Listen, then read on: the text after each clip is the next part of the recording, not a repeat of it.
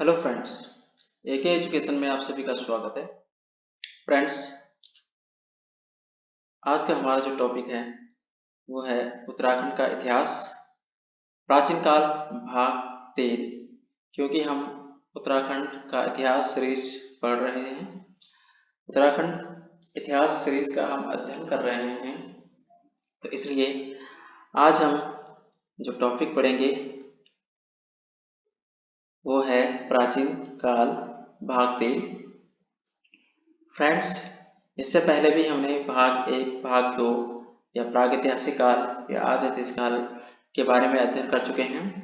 जिसने वो वीडियो नहीं देखे हैं वो वीडियो देख लें ताकि आपको ये वाला पार्ट भी अच्छे से समझ में आ जाएगा। तो फ्रेंड्स, आगे बढ़ने से पहले मैं आपको बता दूं, यदि आप हमारे चैनल पे पहली बार आए हैं या अभी तक आपने हमारे चैनल को सब्सक्राइब नहीं किया है तो कृपया हमारे चैनल को सब्सक्राइब कर लें ताकि आप तक हमारी वीडियो के नोटिफिकेशन सबसे पहले पहुंच सके।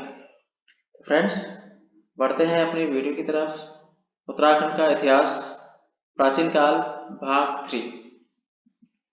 फ्रेंड्स, जैसे कि आपको हम पिछली स्लाइड में भी हमने बताया था कि उत्तराखंड का इतिहास 3 भागों में बांटा गया है: प्रागैतिहासिक काल, आदिऐतिहासिक काल, ऐतिहासिक काल।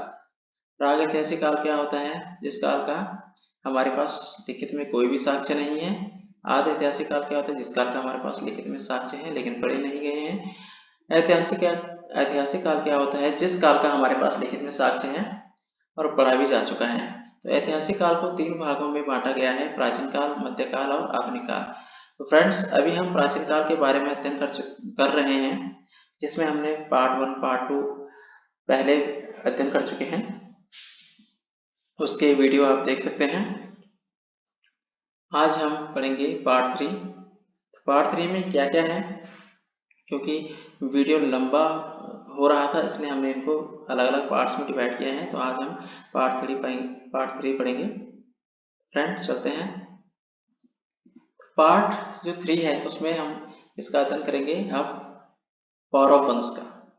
पौरव वंश या प्रवर्तकार वंश भी इसको कहा जाता है, क्योंकि हमने लास्ट टाइम पे जो पार्ट 2 था वहां पे हर्षवर्धन तक हमने पढ़ लिया था। तो हर्षवर्धन के बाद अब हम इसका अध्ययन करेंगे। तो हर्षवर्धन की मृत्यु के बाद उत्तराखंड में सत्ता का विकेंद्रीकरण हो गया था तथा 3 बड़े बड़े राज्यों का उदय हुआ।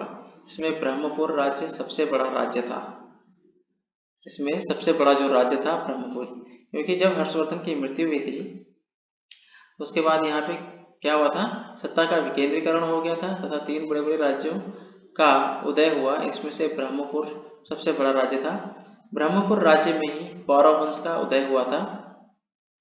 अब इसकी जानकारी के जो स्रोत हैं वो कौन कौन से हैं? तो जानकारी के स्रोत हैं इसमें 1915 में अल्मोड़ा के तालेश्वर या भिकियासेन नामक स्थान से ताम्र व अष्टधातु के अभिलेख प्राप्त हुए हैं।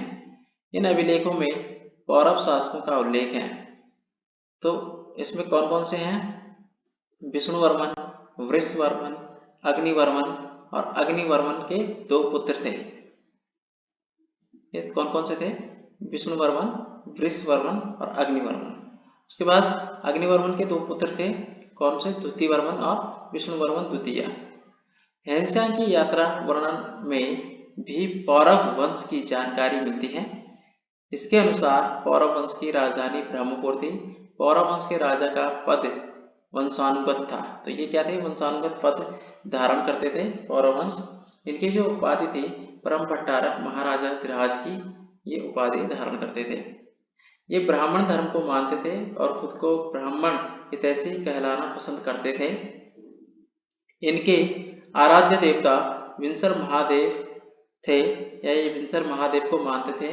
इन्हें सोमवंशीय माना जाता था। पौरव वंश में राजा का पद सर्वोच्च था। राजा जिस स्थान पर अपने परिवार के साथ रहता था उसे कोट कहते थे। कोट को ही पौरव वंश की राजधानी कहा जाता था। यह उत्तराखंड का पहला राजवंश था जिसने उत्तराखंड के प्रशासन की नींव रखी थी।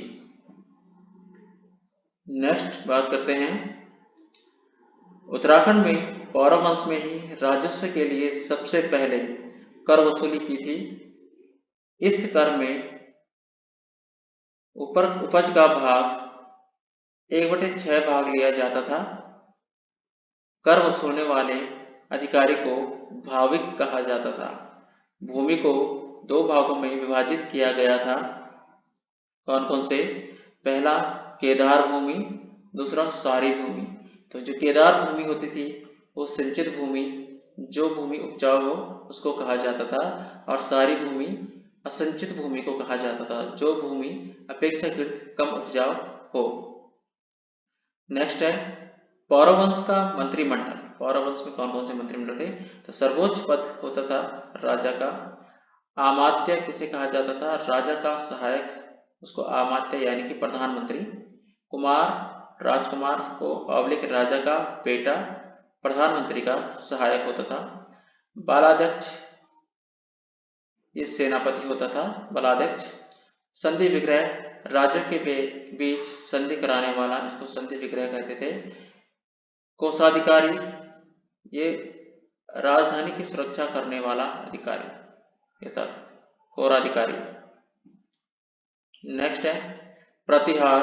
प्रतिहार क्या होता था? ये राज परिवार को सुरक्षा देते थे, प्रतिहार। कार्गिक ये राजा तक जनता के मुद्दे पहुंचाने वाला होता था। दंडपाशिक या कटुक ये पुलिस अधिकारी होता था।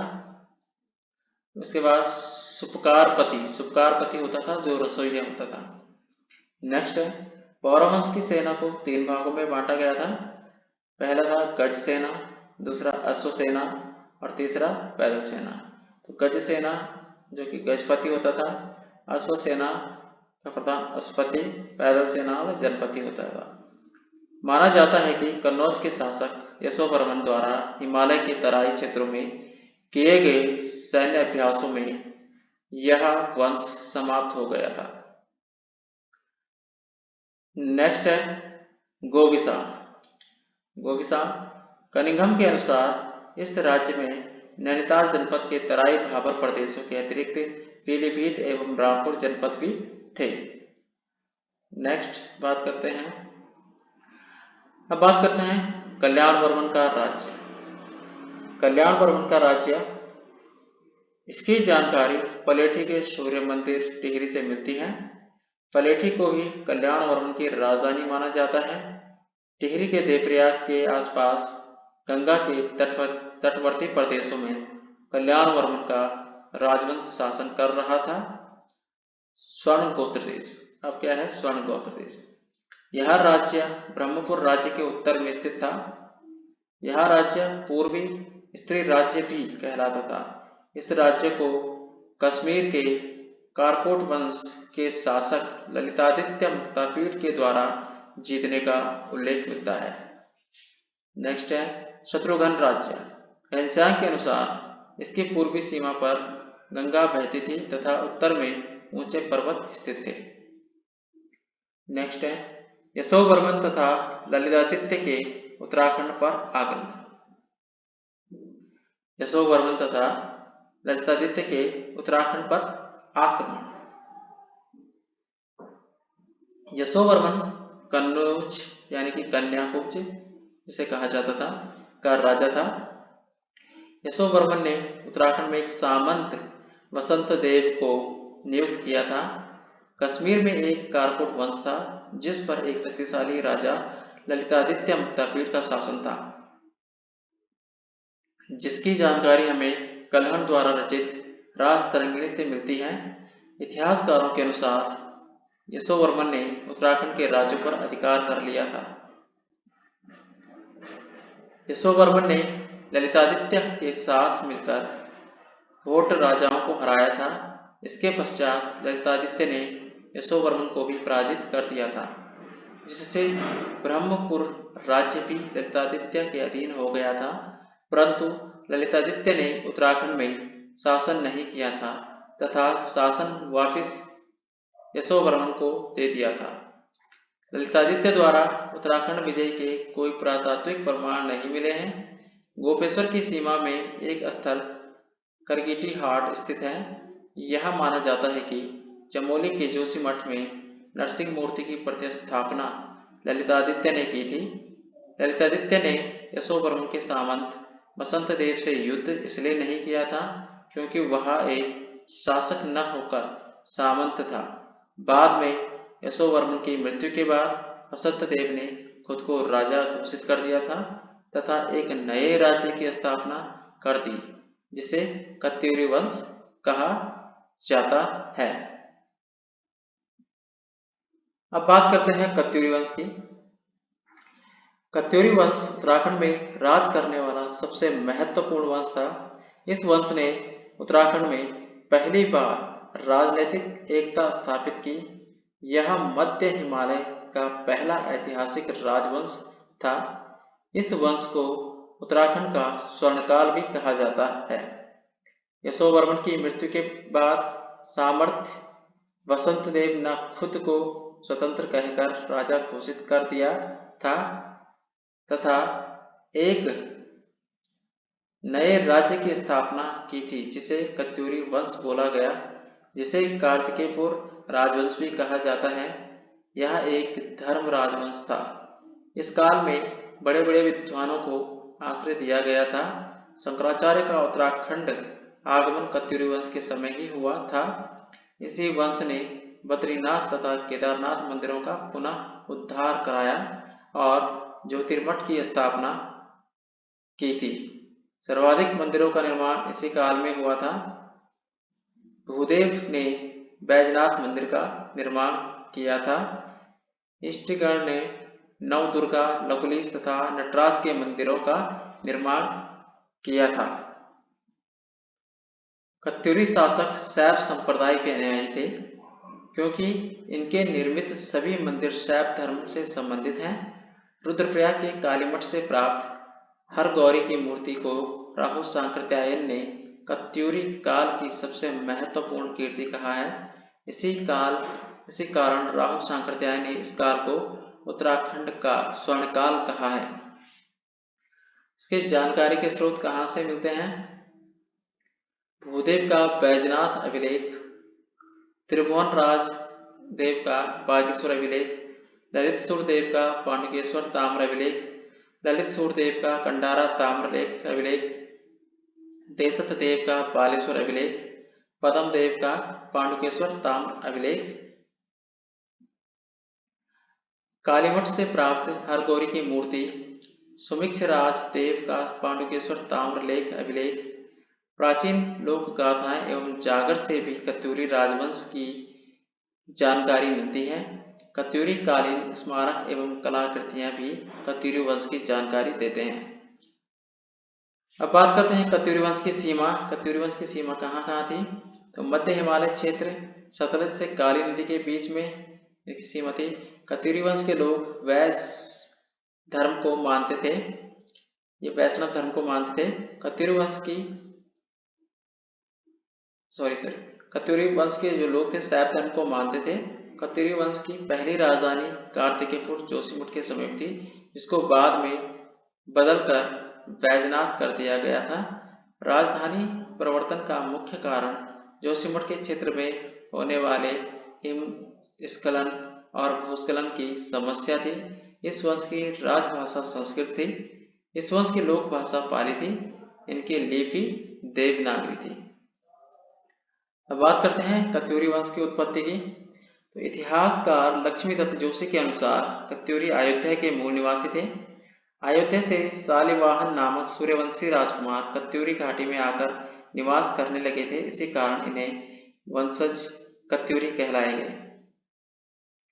डॉक्टर शिवप्रसाद डबराल के अनुसार कत्यूरी खस प्रजाति के लोग थे। इसका प्रमाण कत्यूरी व खसों की सामाजिक स्थिति में काफी समानता से मिलता है। उत्तराखंड के राजपूत खसों व कत्यूरियों के वंशजों को निम्न स्तर पर मानते हैं। ई एटकिंसन के अनुसार कत्यूरी वंश मध्य एशिया के कटोर जाति के वंशज थे। राहुल सांकृत्यायन के अनुसार कत्यूरी वंश शकों तथा कुषाणों से संबंधित थे। इसके प्रमाण में शकों में प्रचलित कटारमल के सूर्य मंदिर की ऊंटधारी मूर्ति से मिलता है। संस्थापक अभिलेखों के अनुसार बसंत देव, जनश्रुति के अनुसार वासुदेव और राहुल सांकृत्यायन के अनुसार बसंत देव और वासुदेव को ही माना गया है। अब बात करते हैं बसंत देव वंश की। बसंत देव ने कत्यूरियों के प्रथम शाखा की स्थापना की थी। बसंत देव प्रथम स्वतंत्र शासक नहीं था, उसे यशोवर्मन के द्वारा उत्तराखंड का सामंत नियुक्त किया गया था। यशोवर्मन को कश्मीर के शासक ललितादित्य मुक्तापीड़ द्वारा हरा दिया गया था। इस परिस्थिति का फायदा उठाकर बसंत देव ने स्वतंत्र कत्यूरी वंश की स्थापना कर दी थी। बसंत देव की पत्नी का नाम राज नारायणी था। वैष्णव धर्म वालों को बसंत देव ने अग्रहार मंदिर बनाने के लिए दी जाने वाली भूमि दान में दी थी। उपाधि क्या थी? परम भट्टारक महाराजाधिराज की उपाधि इन्होंने धारण की थी बसंत देव ने। अज्ञात इस राजा का पता नहीं चला, यह शैव धर्म को मानता था। उपाधि परम भट्टारक महाराजाधिराज।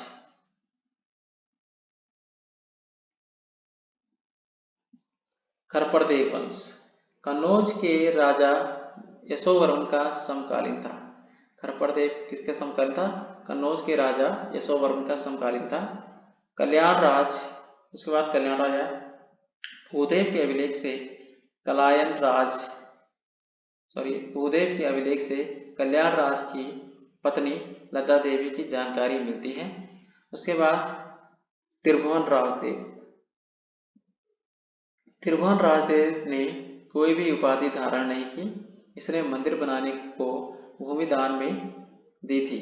इसके द्वारा किरातों के साथ संधि करने की जानकारी प्राप्त होती है। इसी राजा के समय बंगाल के पाल वंश के शासक धर्मपाल ने आक्रमण किया था। नेक्स्ट बात करते हैं निम्बर वंश। पालों के आक्रमण के बाद इस वंश की स्थापना हुई थी। यह शैव धर्म को मानते थे। इसने जागेश्वर के मंदिर समूह का निर्माण करवाया था। इस शासक ने कोई भी उपाधि धारण नहीं की थी। बागेश्वर शिलालेख में इसे निम्बर कहा गया है। पांडुकेश्वर ताम्रपत्र में इसे निम्बरम कहा गया है। इसने पहली बार राज्य का एकीकरण किया था। इसकी पत्नी का नाम दासु नाथु देवी था। निम्बर ने पालों से संधि की थी। उसके बाद फ्रेंड्स बात करते हैं इष्टगण देव। इसने संपूर्ण उत्तराखंड का एकीकरण किया था, यानी कि संपूर्ण उत्तराखंड को एक सूत्र में बांधने का प्रयास किया था। ललित सूरदेव के ताम्रलेख इसे परम महेश्वर तथा परम ब्राह्मण उपाधियों से जानता है। इसकी पत्नी का नाम धारा देवी था। इसको परम भट्टारक महाराजाधिराज की उपाधि से जाना जाता था। इन्होंने अनेक मंदिरों का निर्माण कराया था, जैसे नटराज मंदिर, नवदुर्गा मंदिर, लकुलीस मंदिर, महिषमर्दिनी मंदिर आदि मंदिरों का निर्माण इन्होंने ही करवाया था। अब बात करते हैं ललित सूरदेव की। तो ललित सूरदेव यह सबसे शक्तिशाली शासक था। इसने खंडारा के सूर्य मंदिर का निर्माण कराया था। इसकी दो पत्नियां थी, जिसका नाम समा देवी और लया देवी था। पांडुकेश्वर ताम्रपत्र लेख में इसे बराह अवतार या विष्णु का अवतार के समान बताया गया है। पांडुकेश्वर ताम्रपत्र लेख में इसे गरुड़ भद्र की उपाधि दी गई है। इनके पुत्र का नाम भूदेव था। चमोली में ललित भूदेव की पत्नी लया देवी के द्वारा नारायण का मंदिर बनवाया गया था। पांडुकेश्वर ताम्रपत्र लेख की रचना गंगा भद्र ने की थी। इसकी उपाधि क्या थी? परम महेश्वर, परम भट्टारक, महाराजाधिराज, परम ब्राह्मण, ये इसकी उपाधि थी। अब बात करते हैं भूदेव की। भूदेव के बैजनाथ अभिलेख से कत्यूरी वंश की वंशावली के बारे में जानकारी मिलती है। भूदेव को दान देने के लिए जाना जाता था। शंकराचार्य का आगमन भूदेव के काल में ही हुआ था। शंकराचार्य ने जोशीमठ की स्थापना की थी। 20 एडी में या 820 ईस्वी में केदारनाथ में शंकराचार्य ने देह त्याग किया था। भूदेव ने बैजनाथ मंदिर का निर्माण करवाया था। भूदेव बौद्ध धर्म का विरोधी था, इसलिए इसने बौद्ध श्रवण शत्रु की उपाधि धारण की थी। इसकी उपाधि परम भट्टारक महाराजाधिराज परम ब्राह्मण भक्त थी। तो फ्रेंड्स, ये था हमारा आज का टॉपिक, जो कि प्राचीन उत्तराखंड के प्राचीन इतिहास या प्राचीन इतिहास भाग 3 था हमारा ये वाला। तो फ्रेंड्स, इसको आप अच्छे से रीड कर लीजिए, अच्छे से 2-3 बार वीडियो देखेंगे तो समझ में आ जाएगा।